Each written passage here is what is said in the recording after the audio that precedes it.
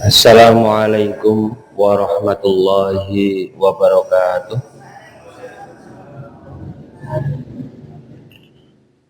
Alhamdulillahi rabbil alamin. Alhamdulillahilladzi arsala rasulahu bil huda wa dinil haqq liyudhhirahu 'ala dini kulli walau karihal musyrikun. Asyhadu an la ilaha illallah wahdahu la syarikalah wa asyhadu anna Muhammadan abduhu wa rasuluh. Allahumma salli wa sallim ala nabiyyina Muhammad wa ala alihi wa ashabihi wa man tabi'ahum bi ihsanin ila yaumiddin. Qala Allah ta'ala fi kitabihil karim, a'udzu billahi minasy syaithanir rajim. Ya ayyuhalladzina amanu taqullaha haqqa tuqatih wa la tamutunna illa wa antum muslimun. Wa qala Rasulullah sallallahu alaihi wasallam, ittaqillaha haitsu ma kunta wa atbi'is sayyi'atal hasanata tamhuha wa khaliqin nasa bi khuluqin hasanin. Amma ba'd. Rabbi shrah li sadri wa yassir li amri wa hlul 'uqdatam min lisani yafqahu qawli. Raditu billahi rabba wa bil islami dina wa bi Muhammadin nabiyya wa rasulah. Jamaah Ahad pagi yang dirahmati oleh Allah, alhamdulillah pada pagi hari ini kita masih diberikan nikmat oleh Allah Subhanahu wa taala, nikmat sehat dan nikmat sempat, dan nikmat keniatan kita dalam menjalankan salah satu ibadah, yaitu thalabul ilmi. Tidak banyak orang yang Allah berikan nikmat ini, maka selayaknya kita selalu menunjukkan rasa syukur kita kepada Allah Subhanahu wa taala. Rasa syukur yang kita tunjukkan bukan hanya diucapkan, tapi juga harus kita lakukan menurut hati kita. Aman, memang tak lepas deh.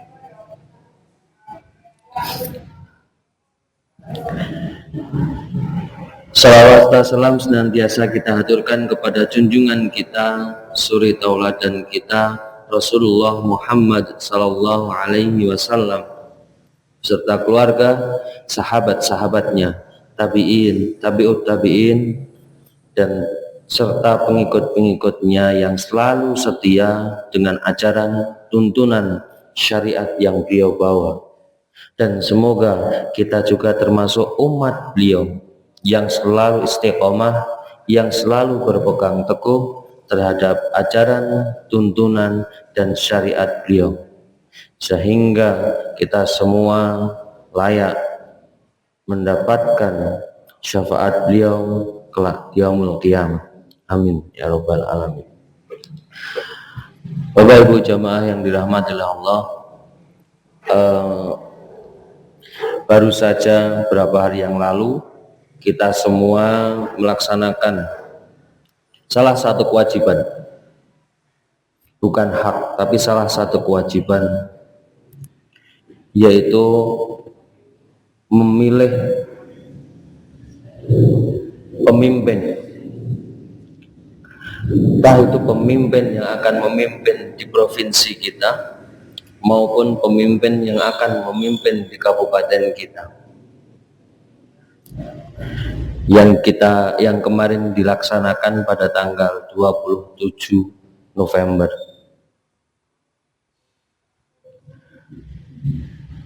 Dalam pesta yang kemarin, sebelum kita ada pemilihan, sebelum hari H, banyak para paslon yang menjanjikan sesuatu. Ketika besok jadi, maka ini yang akan kami beri, ini yang akan kami rubah, seperti itu. Tapi setelah kemarin, mohon maaf, sebelum tanggal 27 itu kan kita seperti, kalau bahasa kasarnya kita seperti diadu domba. Walaupun itu bukan adu domba, itu adalah adu gagasan, adu ide, adu pikiran. Tapi kadang kita sebagai manusia yang mungkin awam, hal seperti itu membuat antara orang satu dan orang yang lain, tetangga satu dan tetangga yang lain, dan bahkan keluarga satu dan keluarga yang lain, anggota keluarga satu dan anggota keluarga yang lain itu berbeda pendapat, dan akhirnya terbawa hingga pilkada itu dilakukan, bahkan sampai nanti muncul siapa yang menang, siapa yang kalah, setelah dilantik juga masih berselisih. Nah, siapapun nanti yang menang dan siapapun nanti yang kalah, semua itu sudah Allah takdirkan. Semua itu sudah Allah takdirkan. Sebagaimana Allah Subhanahu wa ta'ala dalam Quran surah An-Nisa ayat 58, Allah berfirman, Innallaha ya'murukum an tu'addul amanah ila ahliha wa idha hakamtum bainan nasi an tahkuma bil adli innallaha ni'imma ya'idukum bih innallaha kana sami'an basira. Sungguhnya Allah memerintahkan kamu menyampaikan amanah kepada pemiliknya apabila kamu menetapkan hukum di antara manusia, hendaklah kamu tetapkan secara adil. Sungguhnya Allah memberi pengajaran yang paling baik kepadamu. Sungguhnya Allah maha mendengar lagi maha melihat. Jadi kemenangan ini bagi paslon. Kemenangan maupun kekalahan itu adalah ujian dari Allah. Yang menang maka janji dan amanat-amanat itu harus dilakukan. Sedangkan yang kalah itu mengevaluasi dirinya, kenapa kok kalah, bukan malah mohon maaf. Jadi kalau ada berita ada satu paslon yang kalah, kemudian mengambil seluruh bantuannya yang dijanjikan atau mengambil DP yang dibantu. Nah, itu berarti orang tersebut yang mau nyalon itu tidak siap. Karena dan orang tersebut yang tadi kalah itu berarti dia tidak percaya dengan takdir Allah. Suatu kemenangan atau suatu kekalahan itu Allah yang memutuskan. Kemudian dalam hadis Rasulullah SAW, Rasulullah SAW bersabda, ala kullukum ra'in wa kullukum mas'ulun an ra'iyatihi fal imamul ladhi 'alan nasi ra'in wa huwa mas'ulun an ra'iyatihi war rajulu ra'in 'ala ahli baitihi wa huwa mas'ulun an ra'iyatihi wal mar'atu ra'iyatun 'ala ahli baiti zawjiha wa walidiha wa hiya mas'ulatun anhum wa 'abdur rajuli ra'in ala mali sayyidihi wa huwa mas'ulun anhu ala fakullukum ra'in wa kullukum mas'ulun an ra'iyatihi. Ketahuilah setiap kalian adalah pemimpin. Jadi bapak ibu semua ini semua adalah pemimpin. Tapi pemimpin yang ada tupoksinya, sudah ditupoksi oleh Allah. Setiap kalian akan dimintai pertanggungjawabannya atas yang dipimpin. Penguasa yang memimpin rakyat banyak, dia akan dimintai pertanggungjawabannya yang dipimpinnya. Setiap kepala keluarga, ini bapak-bapak, adalah pemimpin anggota keluarganya dan dia dimintai pertanggungjawaban atas yang dipimpinnya. Nah, sekarang ibu-ibu, istri pemimpin terhadap keluarga rumah suaminya dan juga anak-anaknya, dan dia akan dimintai pertanggungjawaban terhadap mereka. Abdur rajul atau budak seseorang juga pemimpin terhadap harta tuannya, kalau ini sudah tidak ada di negara kita, dan akan dimintai pertanggungjawabannya. Ketahuilah setiap kalian adalah bertanggung jawab atas yang dipimpinnya.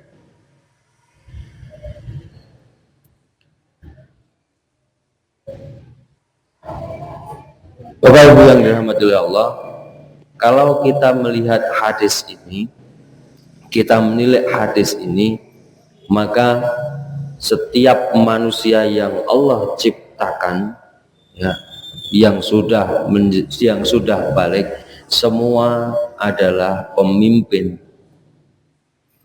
Ya, presiden memimpin negara, gubernur memimpin provinsi, bupati ataupun wali kota pemimpin di kota atau di kabupatennya masing-masing. Itu yang memimpin untuk banyak orang. Kemudian seorang laki-laki dalam rumah tangga adalah pemimpin dari istri dan anak-anaknya. Dan istri adalah pemimpin di dalam keluarga dan anak-anaknya. Mendidik, merawat, melaksanakan atau mengabdi kepada suami. Kemudian kalau masih ada budak, itu juga karena yang namanya budak itu kan tidak digaji. Budak itu dibeli kemudian disuruh-suruh tanpa gajian.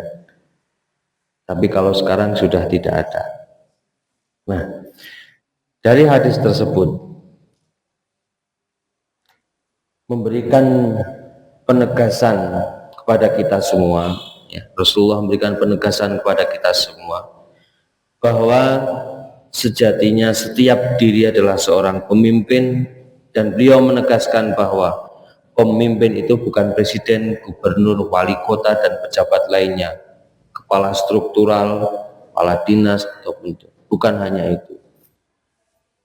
Nah, terlepas dari kita kemarin sudah memilih, maka mari kita kembalikan niat kita. Yang bapak-bapak adalah juga seorang pemimpin, yang ibu-ibu juga seorang pemimpin. Pemimpin dalam lingkup keluarga kita. Dalam Islam, keadilan seseorang sangat penting. Keadilan seorang pemimpin sangat penting.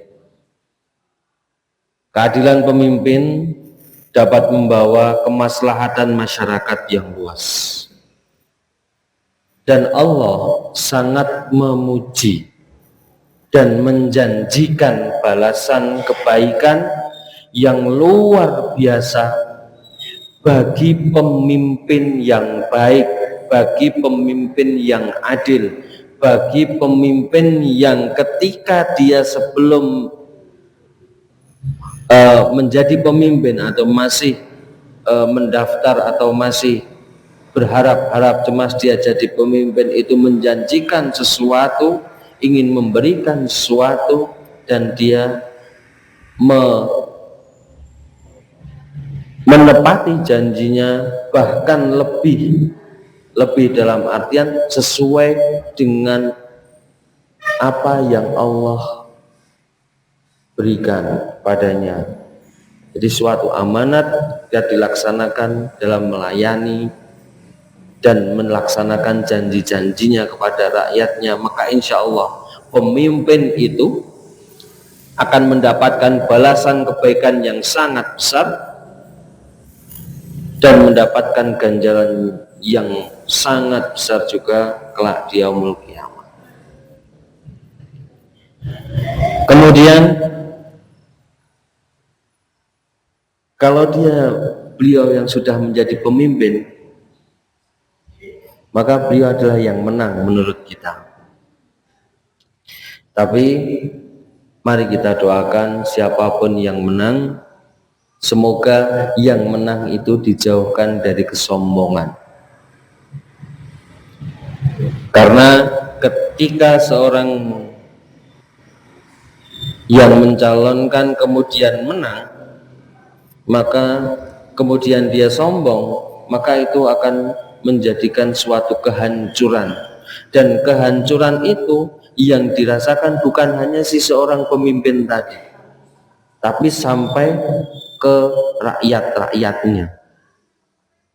Imam Ghazali mengingatkan bahwa pemimpin yang berhasil adalah mereka yang menjadikan jabatan sebagai sarana untuk mendekatkan diri kepada Allah Subhanahu wa ta'ala, bukan untuk kepentingan pribadi, kelompok, golongan, ataupun mohon maaf partai satu, partai yang lain yang menang.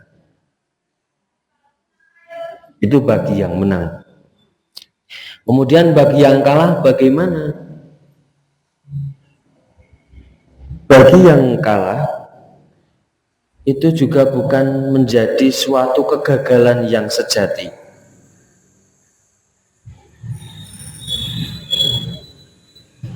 Bagi yang kalah bukan menjadi kegagalan yang sejati, karena kalahan bukan tanda kegagalan sejati. Dalam Islam, suatu hal kalah atau kekalahan adalah momen evaluasi, momen muhasabah untuk kembali memperbaiki niat dan cara. Mungkin, mohon maaf, ini pun juga sampai hari ini belum ada penetapan siapa yang menang, siapa yang kalah.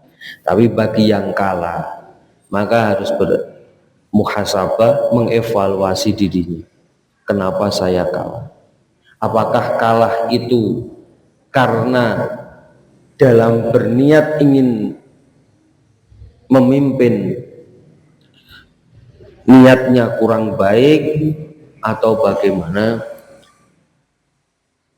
Tidak boleh kita sampai ketika kalah bahkan sampai menghujat atau menyalahkan Allah.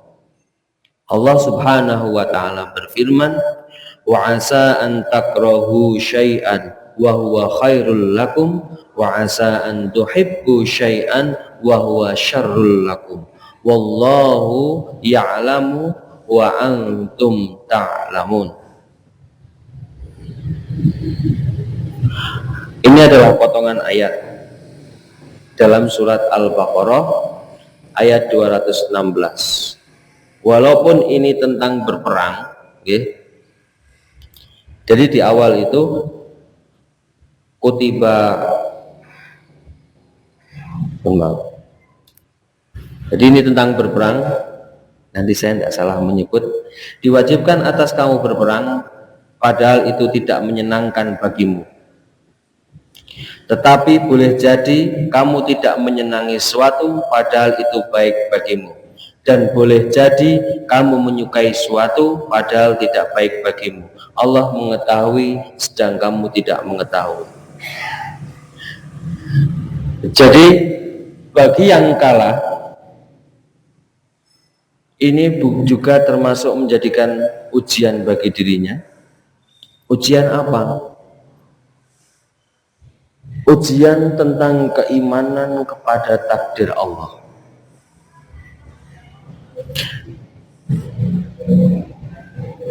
Jadi kalau menurut manusia itu tidak baik, itu belum tentu menurut Allah baik. Dan begitu juga sebaliknya. Kalau menurut manusia baik, belum tentu menurut Allah baik. Maka kalau terjadi hal seperti ini ya, dalam keseharian kita, nih kok jadi ingin sesuatu, ingin melakukan sesuatu dan itu baik, tapi ternyata dalam perjalanan kita apa yang kita inginkan itu tidak atau belum diijabah oleh Allah, maka hal tersebut adalah suatu ujian bagi kita, ujian keimanan tentang iman kepada takdir Allah, tentang iman kepada takdir Allah. Dan bagi yang kalah, ayat ini juga mengingatkan atau mengandung hikmah yang tidak dapat kita pahami saat ini. Orang yang kalah satu tadi, maka di ujiannya adalah ujian keimanan tentang takdir, iman kepada takdir. Kemudian kekalahan itu juga adalah ujian kesabaran untuk menuntut sikap si orang yang kalah tadi bertawakal kepada Allah. Pun kalah, ora trimo, tidak terima, bahkan sampai ya mohon maaf menuntut sampai MK juga masih kalah, mengerahkan massa. Nah itu yang tidak baik. Maka berarti ya mohon maaf, wah itu pendukungnya yang seperti itu. Tapi bagi dia yang kalah, dia adalah pemimpinnya, pemimpin yang kemarin memilih dia. Maka harus bisa menenangkan. Berarti ketawakalannya, kesabarannya itu ya sudah sabar, sudah tawakal, tapi masih kalah dengan godaan setan. Rasulullah SAW mengajarkan bahwa sebaik-baik seorang muslim adalah mereka yang tidak menyerah dengan keadaan. Beda nih, tawakal dengan pasrah. Nek tawakal itu menyerahkan diri kepada Allah setelah kita ikhtiar. Sudah ikhtiar, kemudian dalam doanya, ketika dalam berikhtiar dia berdoa, apapun yang terjadi saya pasrahkan kepadamu ya Allah. Tapi belum berikhtiar dia sudah pasrah, ya Allah kula ajeng menang nopo kalah pun terserah. Di awal sudah seperti itu namanya pasrah pongkokan, tidak modal apa-apa, tidak modal uang dan lain-lain. Ada yang tidak modal dengan uang yang banyak, tapi dia menang, dia menang. Pernah kita mengalami hal itu. Pemimpin Temanggung pernah ada yang seperti itu.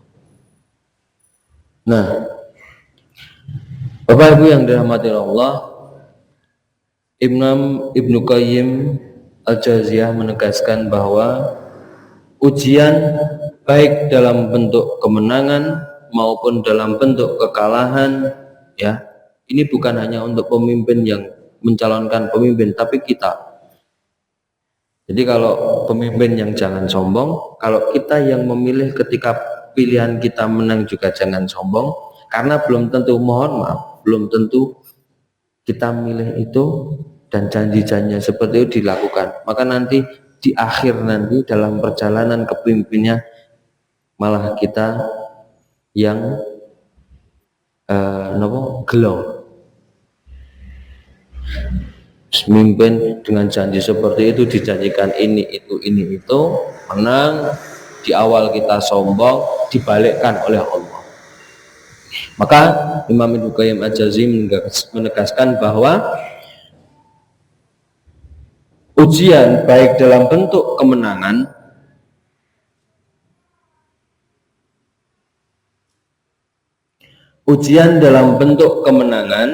maupun kekalahan adalah cara Allah Subhanahu wa Ta'ala untuk membersihkan hati manusia dari sifat-sifat buruk dan mendekatkannya kepada Allah. Kekalahan memberikan kesempatan bagi yang kalah dan bagi yang memilih kemudian pemimpinnya kalah untuk merenung. Apakah ada niat yang perlu diluruskan atau strategi apa yang perlu diperbaiki?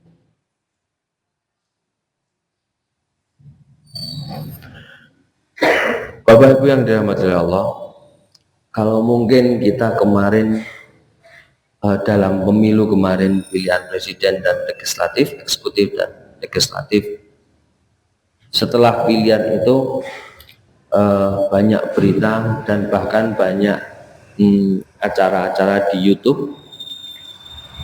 Kita melihat orang yang, mohon maaf, dengan agama dia sangat awam, tapi dia sangat cerdas. Dia mengakui kekalahannya dan dia mengakui bahwa strateginya kurang, masih kalah dengan strategi yang menang.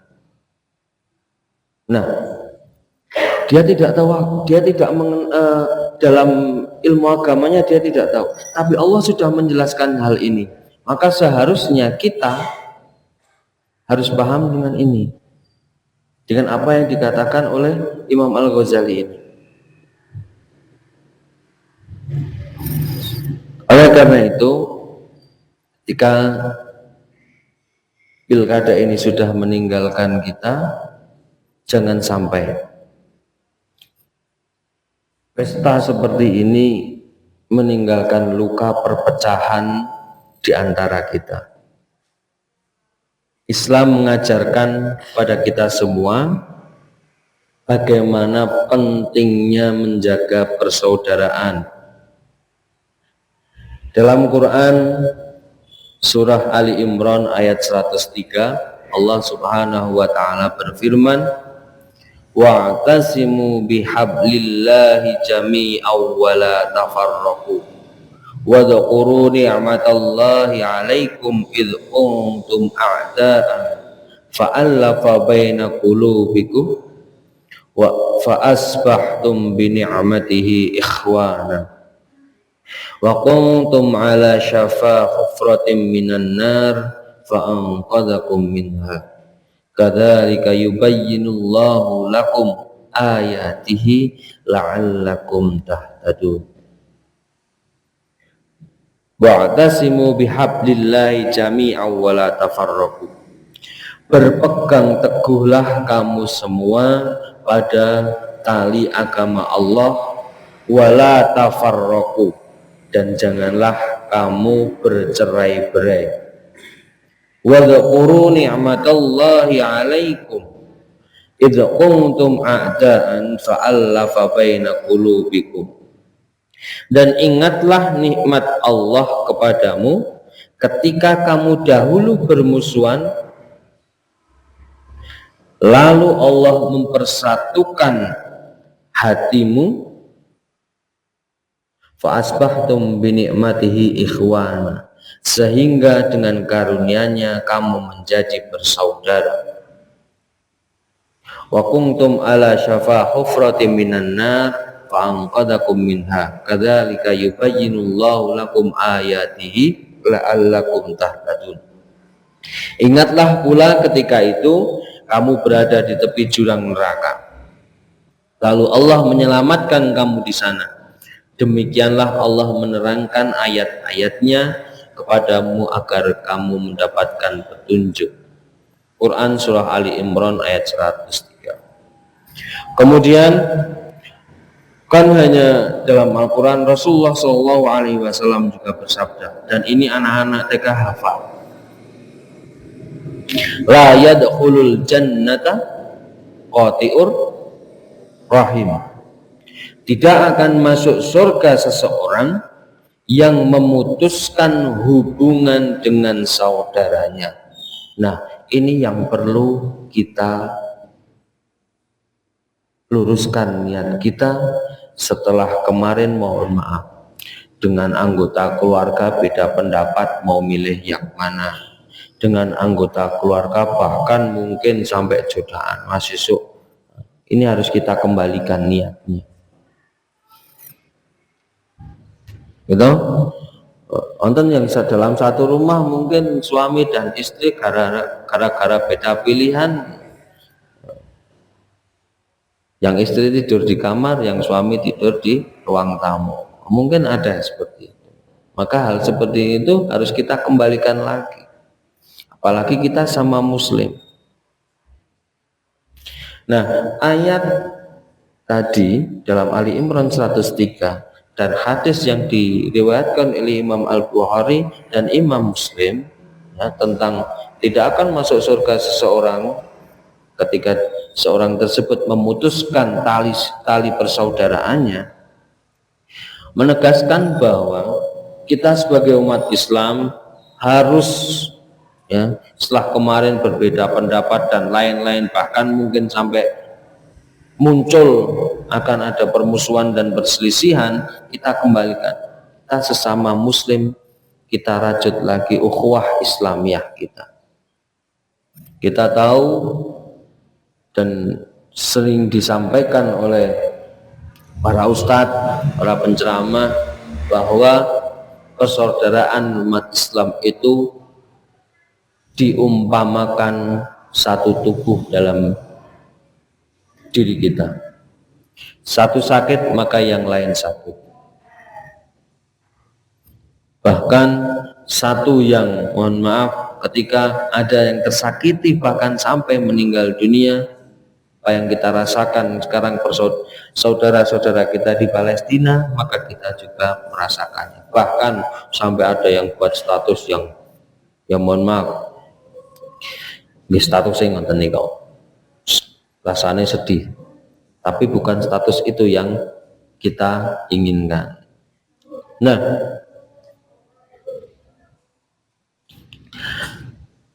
dalam merajut kembali ukhuwah dan ukhuwah Islamiyah kita setelah kita berpesta kemarin, pesta dengan diplot ke sini, maka perbedaan pilihan itu tidak boleh menjadikan alasan untuk kita bermusuhan.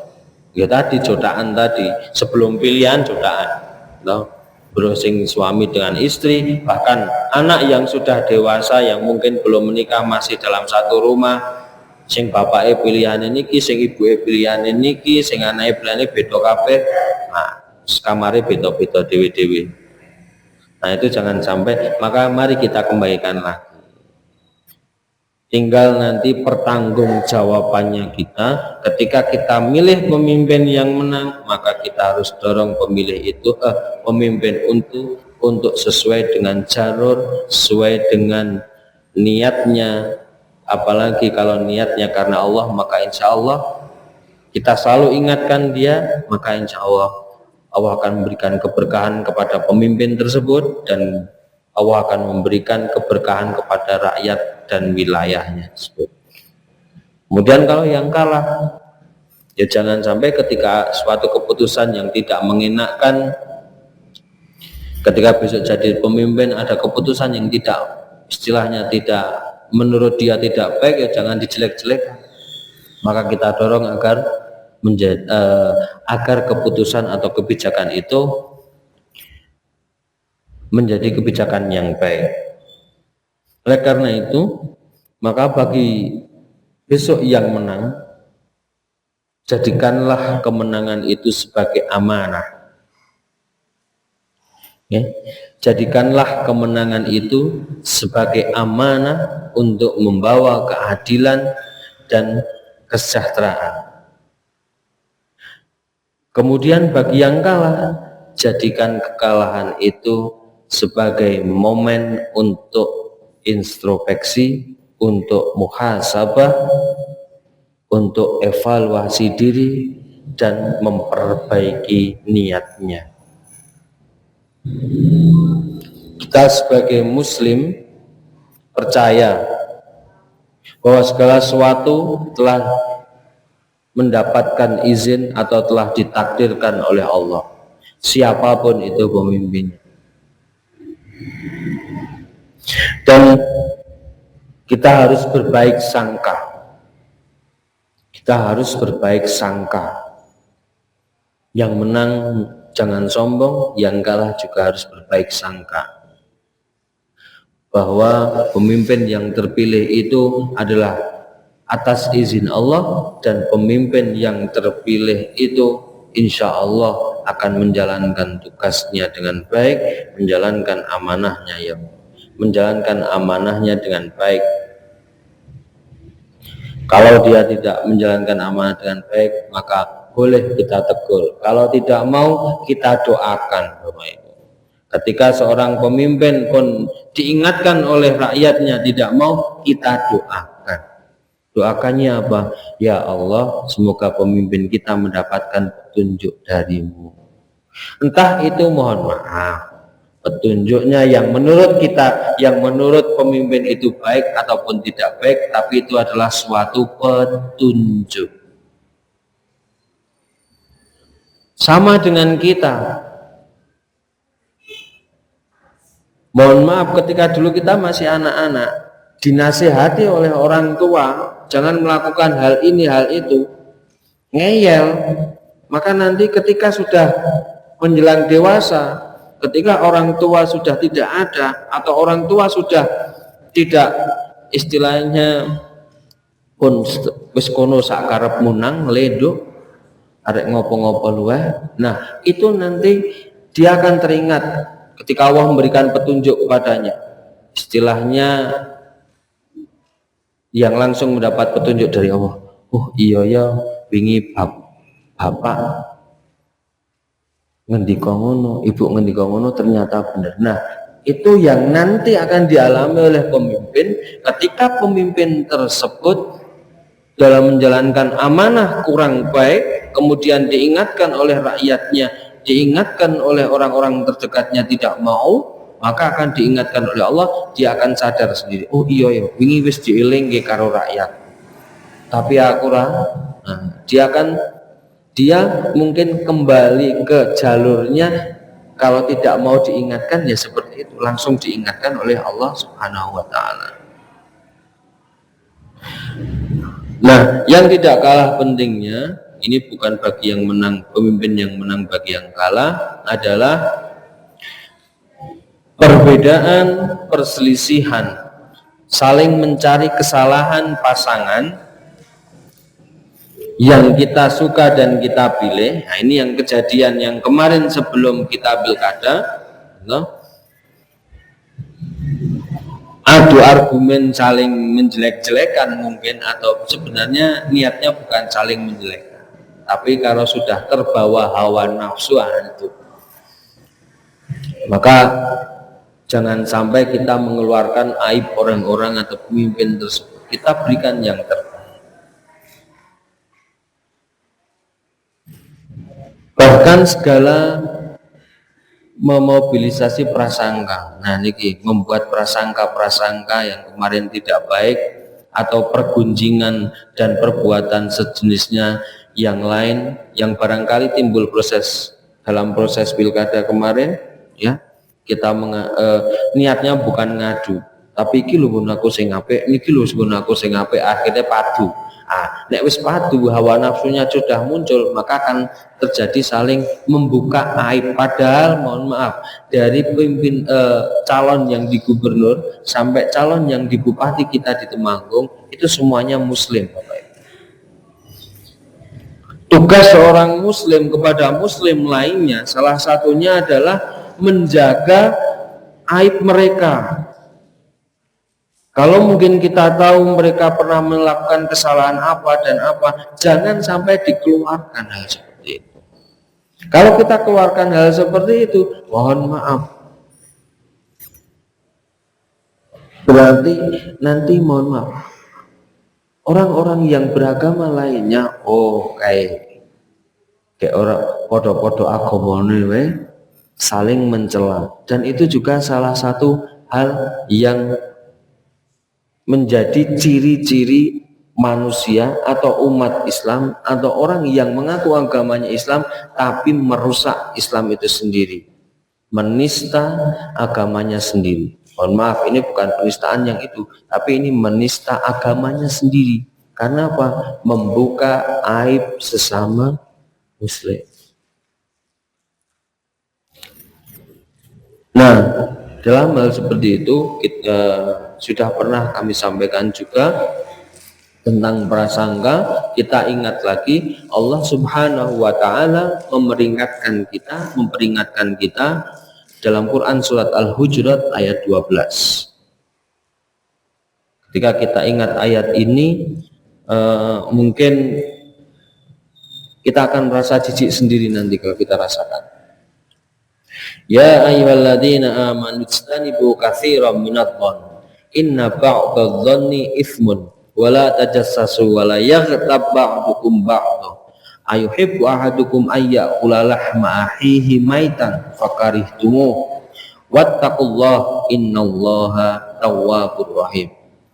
Hei orang-orang yang mengaku dirinya beriman, kalau kita mengaku bahwa diri kita beriman, ijtanibu katsiran minadh-dhanni. Nah, mohon maaf, kemarin kita sudah berprasangka. Jauhilah banyak dari prasangka. Berprasangka. Inna ba'dadh-dhanni itsmun. Sungguhnya sebagian dari prasangka itu itsmun, bukan ismun tapi itsmun pakai sa. Sudah beda artinya. Kalau pakai sa, pakai sin, ismun itu nama artinya. Tapi kalau pakai sa, ini artinya dosa. Jadi sebagian dari prasangka ismun adalah dosa. Wala tajassasu wala yaghtab ba'dukum ba'du. Dan janganlah kalian saling memata-matai atau mencari-cari kesalahan orang lain. Wala yaghtab ba'dukum ba'du. Dan janganlah diantara kamu menggunjing sebagian yang lain. Ayuhibbu ahadukum ayyakula lahma akhihi maitan fakarihtumuh. Apakah ada di antara kamu, di antara kita semua, ya, orang yang prasangka, ya mohon maaf kalau prasangka kita semua pasti, karena kita sebagai manusia ya mesti sok berprasangka, termasuk yang duduk di sini pun juga kadang juga berprasangka, dan mungkin lebih banyak yang di sini yang berprasangkanya kurang baik. Ayuhibbu ahadukum ayyakula lahma akhihi maitan fakarihtumuh. Nggih, kita dalami di sini. Apakah ada di antara kamu, di antara kita semua, ya, yang suka berprasangka, yang mencari-cari kesalahan orang lain, dan bahkan sampai menggunjing sebagian yang lain. Orang yang melakukan seperti itu, Allah ibaratkan adalah ayyakula lahma akhihi maitan, suka memakan daging saudaranya yang sudah mati. Dia mboten wong pateni yo dimaem mboten, wis mati sedak dibatang dimaem. Sangat mencegah. Nah, itu diibaratkan oleh Allah. Menyakitinya bukan menyakiti ketika hidupnya, menyakiti setelah matinya. Nah, maka bagaimana caranya? Wattaqullah innallaha tawwabur rahim. Bertakwalah kepada Allah, sungguhnya Allah Maha penerima taubat dan penyayang. Jadi, ketika kita mohon maaf, ketika kita sudah berprasangka, ketika kita bahkan sampai mencari-cari kesalahannya dan bahkan sampai menjelek-jelekannya atau menggunjing, yuk kita lihat ayat ini, kita bertobat kepada Allah. Kita taubat dengan taubat yang sungguh-sungguhnya.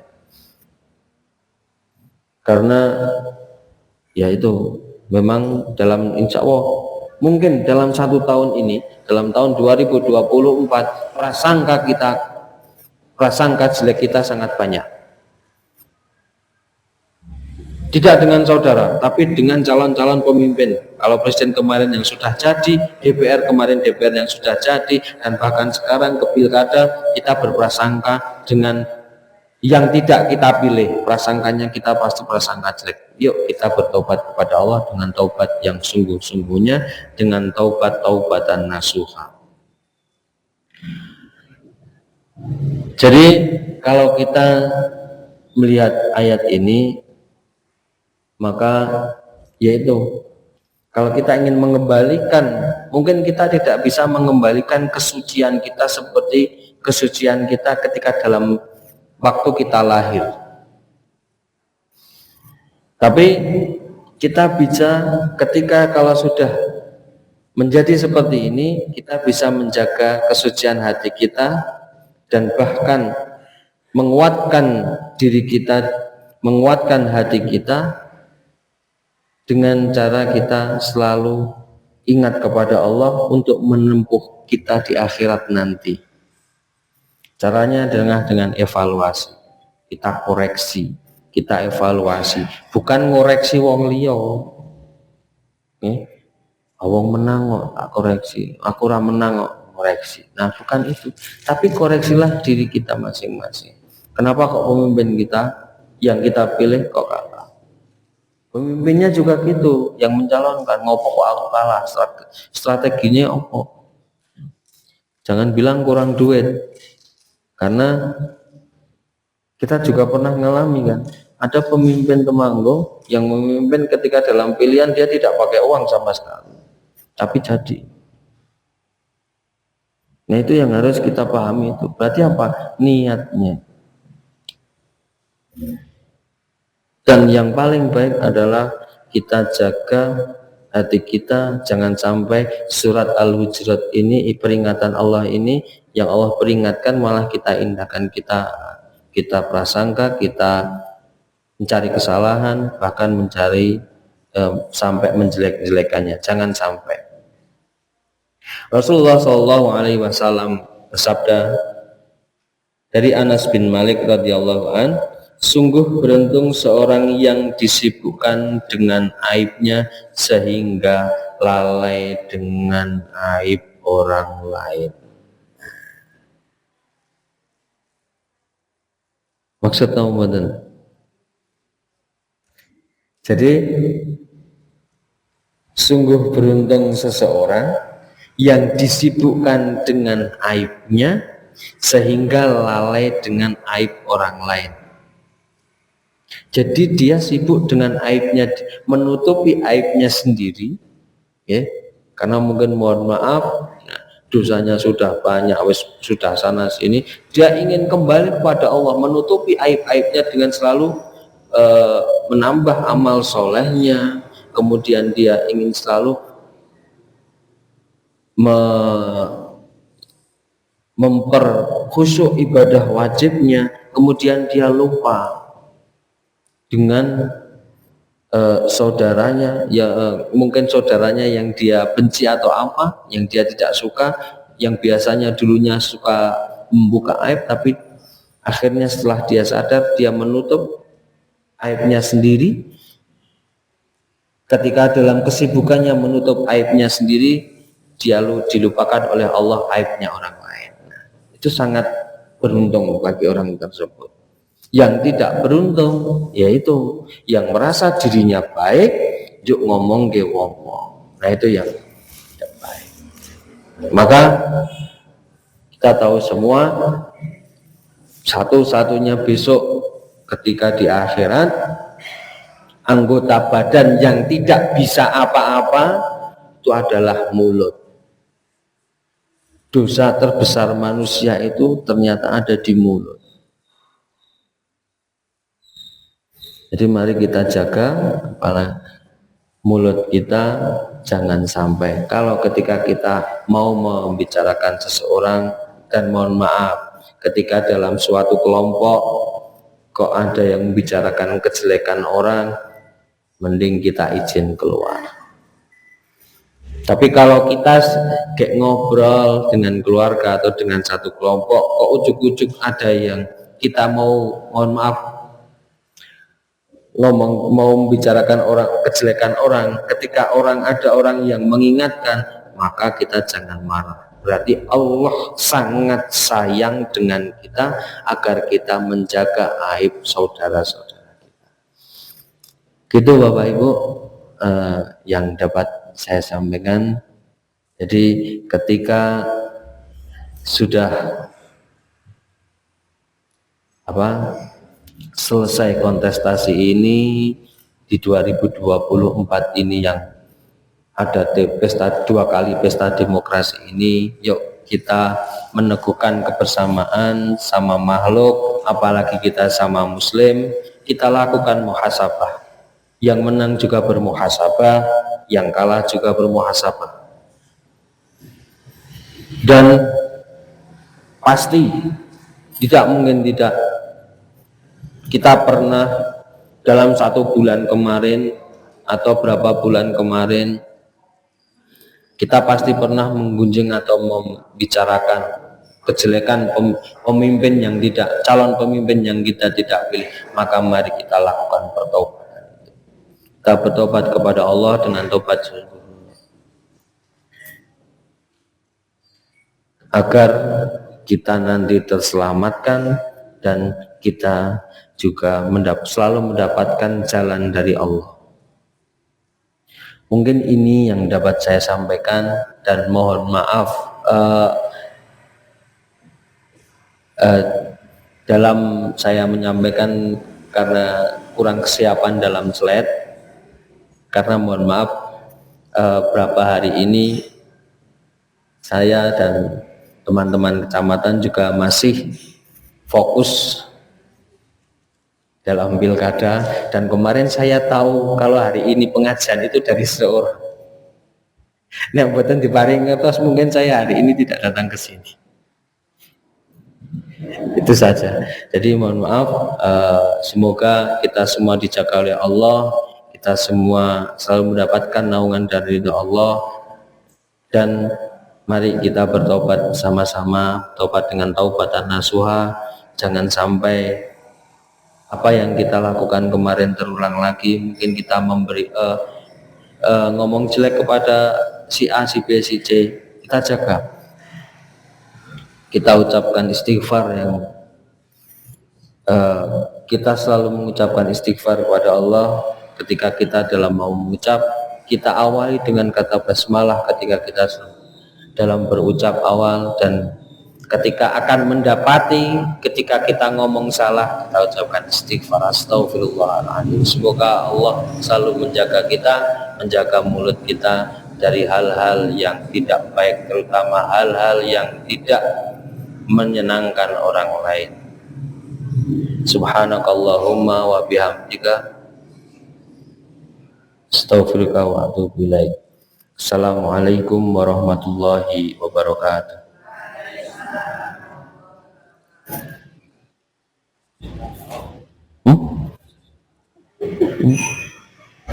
Enggak apa-apa.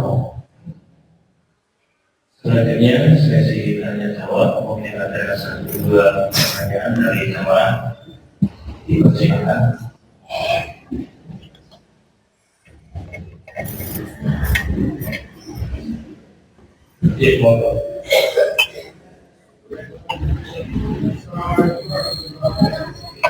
Waalaikumsalam.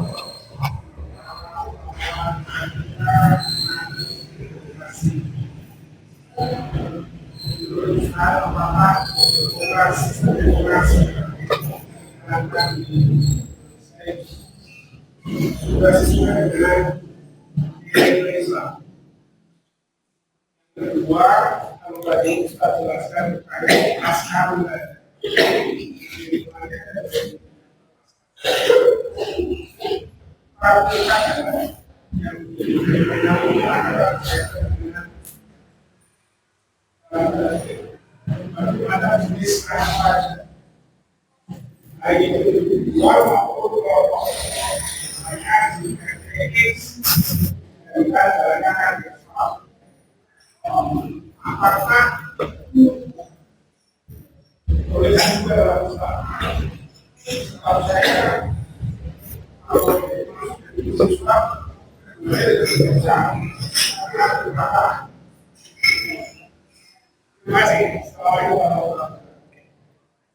Nggih.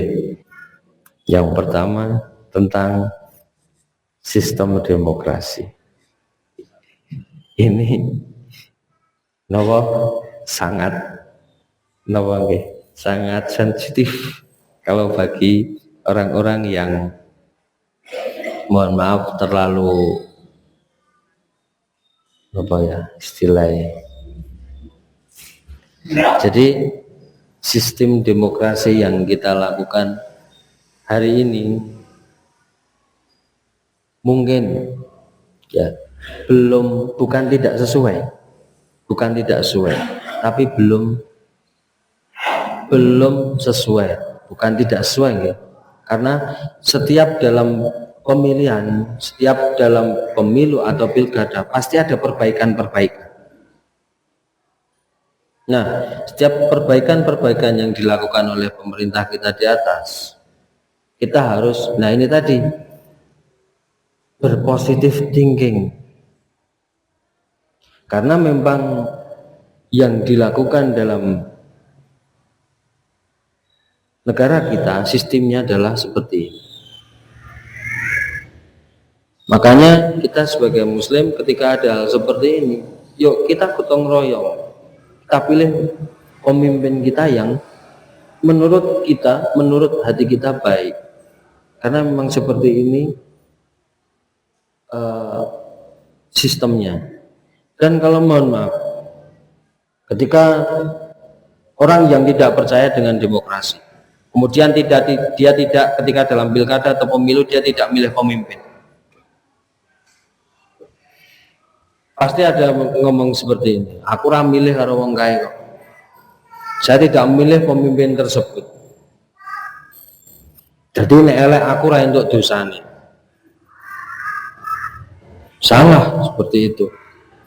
Ketika ada seperti ini dia tidak milih orang-orang seperti kok tidak milih orang yang baik, maka dia juga termasuk nanti akan ditanya oleh Allah. Untuk apa ilmunya ya? Ketika dia tahu yang baik, kenapa dia tidak melakukan yang baik? Itu jadi demokrasi yang kita lakukan sudah berjalan ini memang belum sepenuhnya sesuai dengan Islam, syariat Islam, tapi selalu diperbaiki. Makanya dalam hal ini ya kita perbaiki bersama-sama. Salah satunya kalau ada pemimpin yang baik dan dia mau menjalankan syariat, kita pilih. Dan kemarin mungkin mohon maaf ketika dalam pemilu legislatif, yaitu DPR, DPR RI, DPR, DPD, DPRD, itu kita pilih pemimpin yang tahu tentang Islam, yang mau menjalankan tugasnya sesuai dengan Islam. Maka ketika sudah ada orang Islam di atas semua, maka demokrasi itu akan selalu diperbaiki dengan baik. Jadi kalau ditanya apakah demokrasi yang kita lakukan saat ini sudah sesuai, kalau menurut saya belum. Tapi jangan sampai kita istilahnya nopo aisal luweh niku, jangan sampai. Kemudian yang kedua ini nopo?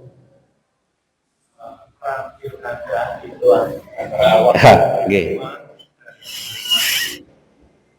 Yang menjanjikan dan yang memberi ya Pak. Oke.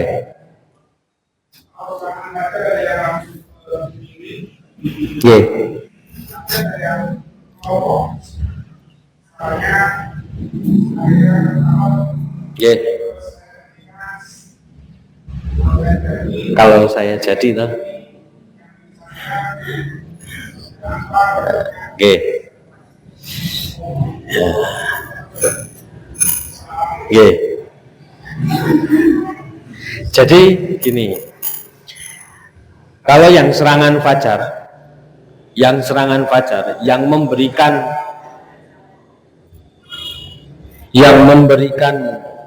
uang pada jam 9 malam ke atas, karena jika saya juga dapat info, tapi kalau tidak ada bukti kita tidak bisa, karena bukti itu bukan hanya foto, bukti itu bukan hanya saksi. Kalau sekarang itu, terutama di kepemiluan ini, jadi harus ada video percakapannya dan serah terimanya. Makanya sulit seperti itu kita membuktikan. Tapi kalau ada serangan, kita kan sudah tahu semua. Kalau ada calon pemimpin yang memberikan uang, pilih aku buat tak paringi. Nah, kita tolak uang tersebut. Padahal uang yang didapatkan si pemimpin itu mungkin uang halal. Tapi kalau dia melakukan hal seperti itu, maka uang itu statusnya sudah bukan halal. Memberikan uang loh, kon suruh mimpin, milih loh. Sama dengan menjanjikan, besok nek saya jadi, saya aspal jalan ini, saya perlebar jalan ini, masih janji. Dan itu terbukti kemarin. Terbukti dalam hal saya mendengarkan dari sana, ada yang kalah sebelum bertanding. Ada yang kalah sebelum bertanding. Tapi ada juga yang seperti ini, yang pintar seperti ini. Mungkin bukan menjanjikan lagi. Jadi pilih saya, yo ini Anda yang butuhkan apa saat ini? Saat ini loh. Saat ini.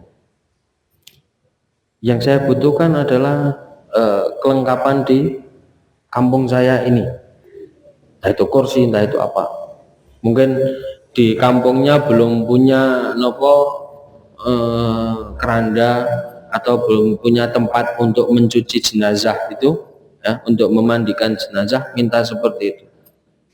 Monggo tak paringi, besok mau milih saya monggo, tidak ya monggo, tapi ini. Nah itu yang paling bagus. Kan kadang diparingi DP NCA itu juga salah, suneranganu dikembalikan, sama saja. Jadi hal-hal seperti itu, ketika kemarin sebelum berpesta itu kok menjanjikan sesuatu, nah, kita harus berpikir dan kita harus menilai. Kita bisa melihat calon-calon pemimpin kita itu kemarin lewat YouTube, lewat Google kita bisa melihat rekam jejak mereka. Jadi mana yang terbaik, mana yang menurut kita baik, menurut hati kita baik, dan yang menurut hati kita tidak baik.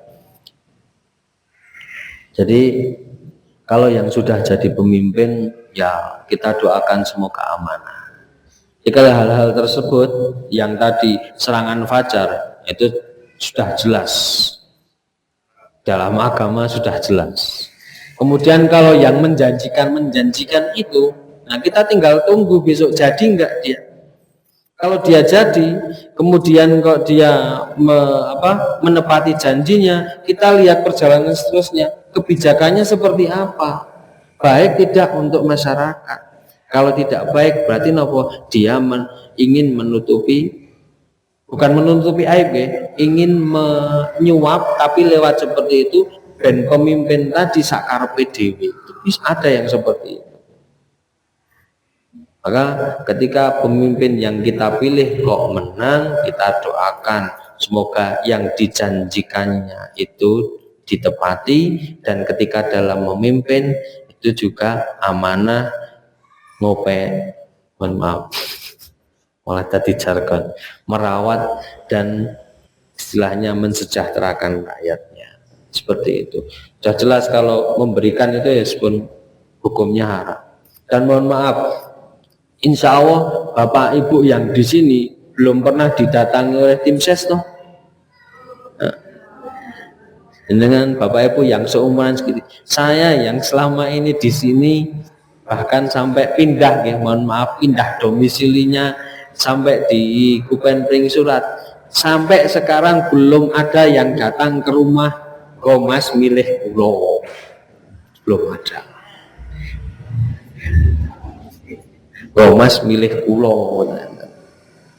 Dan memang terang-terangan mohon maaf kalau orang-orang yang awam, orang-orang awam, apalagi di pilkada yang saat ini, yang kemarin sebelum pilihan, ada yang bilang seperti ini, yo nek aku nek arek mangkat nang TPS yo mangkat, tapi sing penting ono sangune. Ada yang seperti itu. Bagaimana kita mengingatkannya hal seperti itu? Ya kita ingatkan yang baik. Pernah itu sampai ke suara saya, sampai ke telinga saya, ayo Joko ngono to Mas, nek dhewe milih sak karepe sing penting ono duwite. Ya ora, tak tompo duwite tapi sing tak pilih liyane. Kan ada yang seperti itu. Sama saja. Karena barang haram apapun, hal-hal yang haram apapun, ketika dilakukan untuk kebaikan ya tidak akan mendapatkan keberkahan. Jadi sudah jelas ketika ada serangan fajar kemarin, itu sudah jelas haramnya, sudah jelas tidak diperbolehkan. Ketika ada yang menjanjikan, kita tunggu, jadi enggak dia? Umpama enggak jadi pun diberikan enggak? Besok tak aspal nek aku nek tak aspal nek aku ora dadi, berarti kan nek aku dadi, berarti nek enggak jadi berarti dia sudah gugur janjinya.